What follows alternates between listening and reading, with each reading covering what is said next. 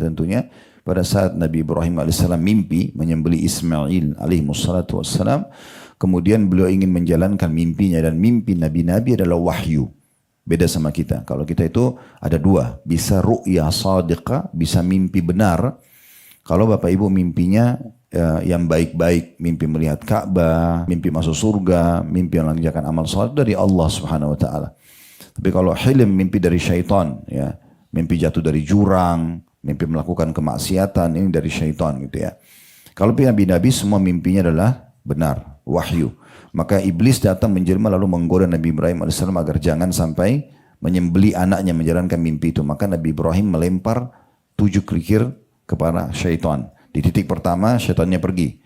Tiba di titik tengah-tengah, di titik kedua yang dikenal tadi, yang pertama itu sukra, kemudian yang kedua adalah wusta, pertengahan, iblis datang lagi, dilempar lagi oleh Nabi Ibrahim AS dengan 7 butir, lalu di titik ketiga sama. Nah, di situ kemudian Nabi Ibrahim AS pergi ke titik yang sudah ditunjukkan dalam mimpinya, lalu beliau melakukan prosesi, walaupun gagal atau tidak jadi ya, karena Allah membatalkannya, namun proses menuju ke sana karena ada godaan syaitan, akhirnya dikenanglah perbuatan ini, dijadikan sebagai rangkaian ibadah haji. Ya, supaya kita selalu mengenang bagaimana pengorbanan Nabi Ibrahim AS melawan syaitan. Nah, seperti itu kurang lebih ya.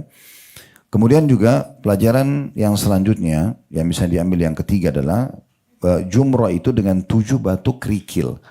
Kerikil umumnya kecil, ya, jadi nggak usah pakai batu besar.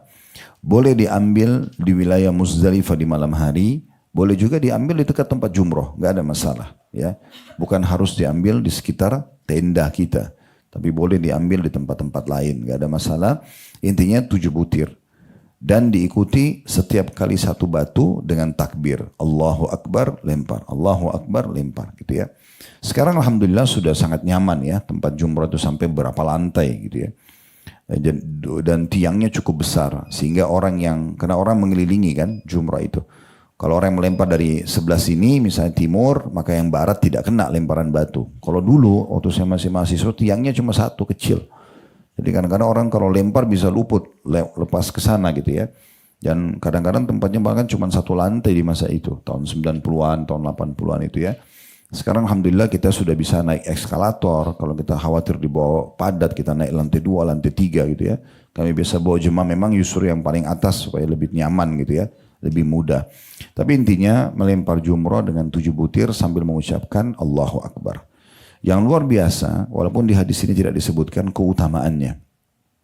Kata Nabi SAW, sungguhnya jumrah yang engkau lemparkan di saat sedang haji itu, 1 jumrahnya akan menggugurkan 1 induk dosa besar. Induk dosa besar. Bahkan dalam hadis itu induk dosa besar yang mematikan gitu ya. Yang membinasakan. Dan jemaah haji kalau menyempurnakan, makanya saya selalu sarankan jemaah, kalau haji usahakan cari travel yang menyempurnakan sampai tanggal 13. Sebanyak orang tidak tahu apa yang dikejar. Tanggal 12 sudah seperti orang buru-buru meninggalkan Mina. Betul memang kewajibannya hanya sampai tanggal 12 itu ya. Tapi kalau ibu dan bapak lanjutkan sampai tanggal 13, itu Allah mengatakan limanit taqa. Siapa yang mau lebih bertakwa? Allah menguji kita di situ. Dan dijadikan hukumnya sunnah. Tanggal 13 hukumnya sunnah. Kalau kami di Uhud selalu, pokoknya tanggal 13. Dan tanggal 12 itu sudah keluar orang. Mayoritasnya mungkin 70% orang keluar dari Mina. Kosong gitu. Sayang sekali. Padahal kita tinggal duduk di tenda.